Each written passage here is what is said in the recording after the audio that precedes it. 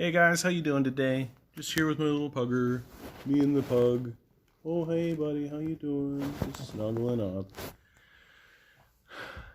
Just snuggling up for the day.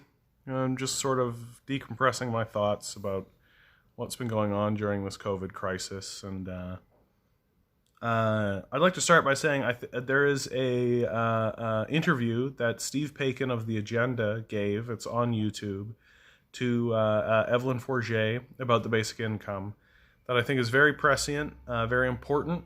Evelyn Forget is in Manitoba. She's an economist through the University of Manitoba. She's been following the basic income for, like 10 years at least, if not longer. Very important interview, very just filled with information, filled with facts, filled with really showing that not only is the basic income affordable, but it's very important. And I've talked about the basic income before, so that's what I wanted to talk on the front end of this. But the thing I think that I want to be talking about today is, we are going to be entering a period of what is being called, and I think it's correct to call it this, neo-feudalism.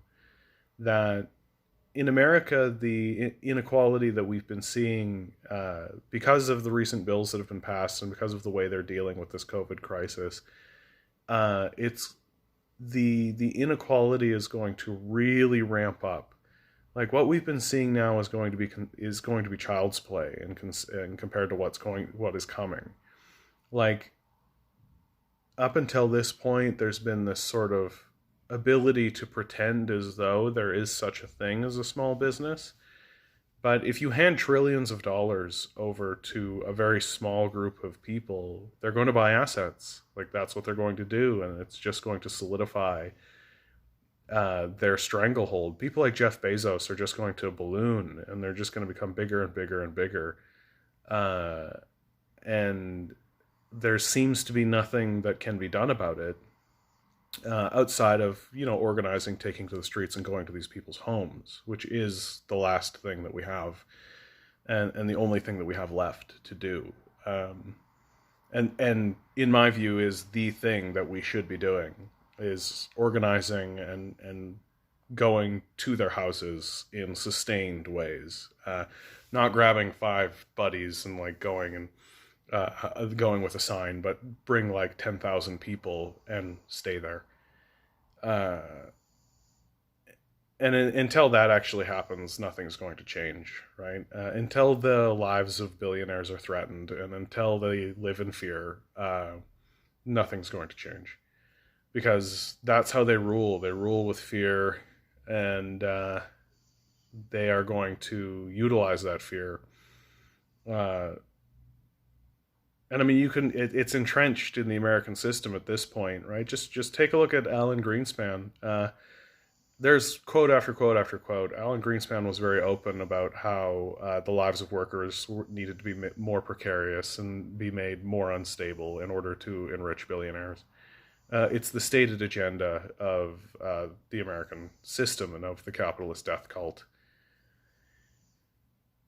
And so as we move forward, the number one thing that we're going to be faced with, and the number one thing that we really need to begin working at, and that we need to work hard to sort of dispose of, is the propaganda that exists around other systems of thought. Systems of thought like Marxism, communism, socialism. The capitalist propaganda that exists around them is just that. They're liars. Big surprise, death cultists are also liars. And they don't actually know anything about any of those systems. They really don't. And just today I was having a conversation with someone about Vietnam. And they brought up that Vietnam went through a famine in the 80s.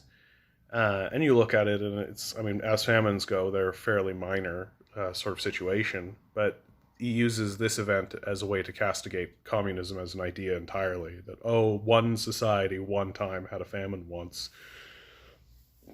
And then I started to kind of press on him and be like, okay, but you recognize that the Vietnam War occurred, right?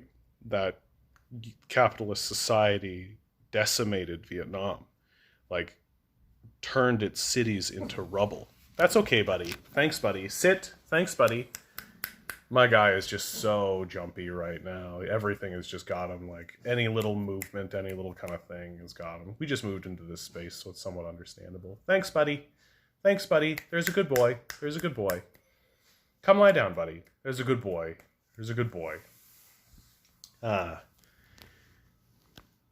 I asked this fellow, like, you know that like the Vietnam War occurred and like their cities were reduced to rubble, right? And he's like, oh, but that was like 10 years before that. And I was just like staggered by this.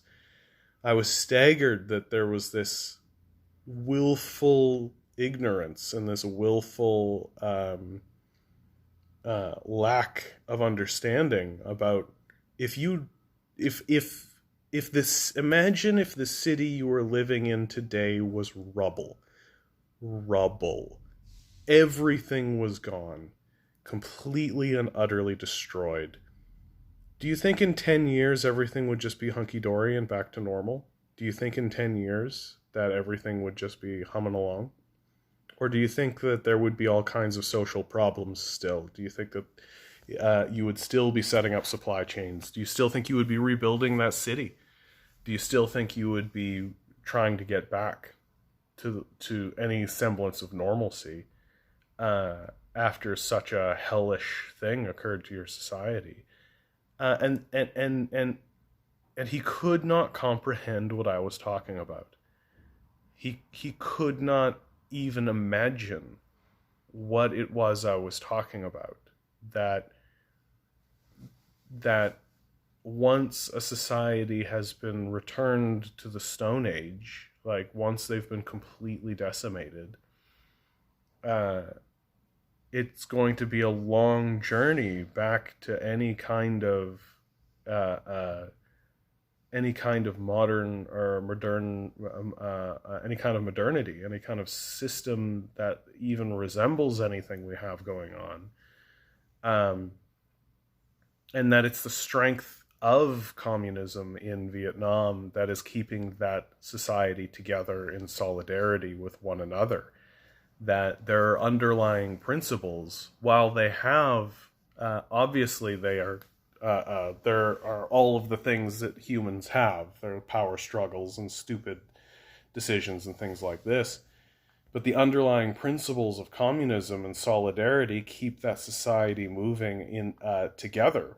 And while there are setbacks, it's absolutely nothing compared to the setbacks that... Imagine if Vietnam after that was a capitalist society. Imagine if they adopted the economic principles of capitalism after such a thing occurred to them. Well, that would mean that a small group of people would hoard all of the wealth, abandon huge segments of the population, enslave another section of the population for survival, and split the society in two, which is exactly how capitalism operates and exactly what it's designed to do. Until finally any kind of economic system would collapse, as capitalism eventually does, and they would return to sort of a feudal state where there are kings, which is exactly where America is going, obviously. Like, someone like Jeff Bezos. Like, Jeff Bezos is a king, right? Like, he's a king. There's just no two ways about that, right? Amazon is a kingdom. This odd sort of persistent belief that he earned it somehow isn't any different than the divine right of kings. Like, he was born into a situation that allowed him to take advantage of a system during a time when there is sort of this unfettered, unregulated capital. And when Marx says unregulated capitalism is a revolutionary force, what it means is that it creates a revolution against itself. that capitalism eventually collapses back into feudalism, just that the kings and queens have changed. That the dynastic wealth of the old monarchy, and perhaps those old monarchs are still operating. Like here in Canada, the richest man is a baron. It's the third. His name is David Thompson. He's the third Baron of Fleet. That's his official title, recognized by the government of Canada. He's a baron. And if capitalism were to collapse here in Canada in his lifetime, he would return to the status of a baron for any kind of thing that matters. So the so this next decade is going to be really important for us to face the Red Scare propaganda and the lies of the capitalist death cult head on. And we're going to have to do it fearlessly, right? Like, we have to assume that if a capitalist is speaking, he is lying. We have to make that assumption because that's all they've ever done. They're not capable of telling the truth. If they were capable of telling the truth, the first thing that they would say to you is, oh, shit, capitalism is a system that's designed to fail. We need to adjust. We need to fix this somehow. Like, oh my goodness, it's exploiting people. Oh my goodness, slavery, right? Like all of these things. Sorry, I'm just gonna make you look at my little dog for a second here. Oh yeah, he's such a cutie pie. But they don't say those things, right? They don't say, oh man, like capitalism is obviously a system that exploits other people for the benefit of a small minority, right? It's obviously doing that. And if they're not capable of saying that, which is right in front of their face, like it's right in front of their face, if they're not capable of telling you the truth about that, then they're not capable of telling you the truth about other societies. They're not interested in that. The only thing they're ever going to tell you about a society is a narrative to attempt to scare you back into the fold, to convince you that the capitalist death cult isn't so bad, right? That, oh, well, Vietnam had a famine. Don't pay any attention to that war where we completely obliterated them. Don't pay any attention to that. How could that possibly be relevant to a famine that they may have later on, right? As they rebuild their infrastructure, as they attempt to kind of come to terms with the destruction of their entire society, right? How could these two things be linked at all? Oh, I have no idea whatsoever. I'm just a capitalist. And we have to really start confronting it as it's the analogy that I've been using is that the anti-communist propaganda and the anti-socialist propaganda that's been used by the capitalist class is not different than Reefer Madness, which is the propaganda that they used against marijuana and marijuana legalization, right? This kind of cartoonish, absurd version of marijuana use. And I don't care if you use marijuana, I don't care about any of this, but you have to admit, like, go watch Reefer Madness. You'll see exactly what I'm talking about. It's childish. Like, it's childish to a degree that it's really actually quite staggering that it was effective at all. That's the thing that really gets me about Reefer Madness, is that it's so childish and it's so like overtly childish. There's just no better word to use, right? It's so overtly stupid, and you can see through it almost instantaneously. And yet, the same people who would look at something like Reefer Madness and be like, "Oh, that's absolutely stupid. How ridiculous." Will absolutely just the garbage that will come out of their mouth in regards to communism or socialism as ideas is just propaganda. And you have this even in the most recent, the most high level intellectual to kind of come out is Jordan Peterson, right? He was a Red Scare propagandist of the McCarthyian level. He would have been very comfortable during the 50s, during the McCarthy era. Because he doesn't know anything about the subject. He has no idea who Karl Marx is. He has no idea what he stands for. He has no idea what he says. And on top of that, he has no idea about what happened through the Soviet period. He has no idea what's happening in China. He has no idea about any of that. And if you don't know anything about it, then you can say what you want, right? You can just say what you want. If you're illiterate and ignorant, you can just make whatever claim you want. And as long as everybody around you bobs their head and goes like, oh yeah, that's right, oh yeah, okay, then you can say whatever you would like. And so it's up to us over this next decade, and it's going to be a decade, right?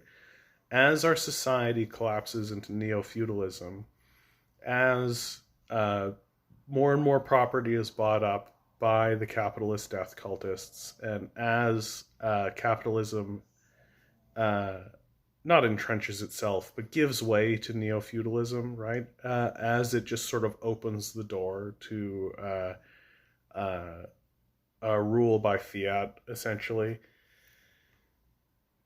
We have to be stalwart, and we have to stand against it. And once they start vomiting out the Red Scare McCarthy propaganda, we need to be able to recognize it immediately. And we need to be able to look at it and say that not only is wrong, it's wrong to do. It's an immoral act to slander a different society that you don't know anything about, and paint it and pretend as though this one little snapshot event that occurs is a defining characteristic that castigates their entire society and the entire way that they look. Meanwhile, we drop nukes, right? Like, meanwhile, we're slavers. Like, it's pretty staggering that a society that's capable of generating the objective evil that we have generated, not only against others but against ourselves, also wants to pretend as though we have a moral high ground and pretend as though our opinion matters when it comes to these issues, while we're getting left in the dust. Like, while we collapse into sort of a situation of neo-feudalism, societies like China are just going to rocket right ahead of us. And they're going to make us look like fools. Well, we're the ones making ourselves look like fools. China is just going to point it out. Happily. As they should. That they're the ones reducing poverty of their citizenry. They're the ones that are making massive improvements in their society. Yes, they're making mistakes. Absolutely, they're making mistakes. The same mistakes that we make. Absolutely. Without question. But they're also rocketing farther and farther ahead in terms of their social development, in terms of their infrastructure development. And we are going to be left in their shadow very shortly, because they're using communistic and socialistic ideas. And sure, they're blending in a little bit of capitalism in there. Well, you've got to play the game that everybody is playing these days. But once that collapses, they're going to continue trundling forward with the system that they have been using for a long time now, right? While we keep pointing fingers at, oh, it's a Democrat's fault, oh, it's a Republican's fault, and they'll make fun of us for that because that's childish nonsense. We are in this real unfortunate moment in our history where societies are being shown a path out through things like a basic income, through things like worker co-ops, through things that where individuals and societies take control of what's going on within their own communities. But I feel like while some societies are going to go that kind of social democratic path, or whatever you want to call it, communism, socialism, social democracy, whatever, At its heart, it's the idea that we should care about people in our society. Whereas the capitalist idea sees individuals as tools to be exploited. And if we continue this exploitation as we go forward, it's going to unleash massive horrors in our society. And so, what we have to do is we have to face those lies and we have to face the propaganda head on. And we have to live in some semblance of truth. And we have to say, like, you can't just shrug and say, like, well, Vietnam had one bad thing happen internally one time and so their society is a failure, while we firebomb their whole society. Like, it's a shocking position to take. And it's done over and over and over again. Capitalists shrug and point and say, look at Venezuela, while completely ignoring the fact that they're under economic siege by America. Uh, uh, for God's sakes, like, Libya was a society that was in this state of improvement, and now there's open slave trading, and that's 100% the fault of the capitalist death cult. We really do have to entrench in people's minds that this is a death cult that we're talking about.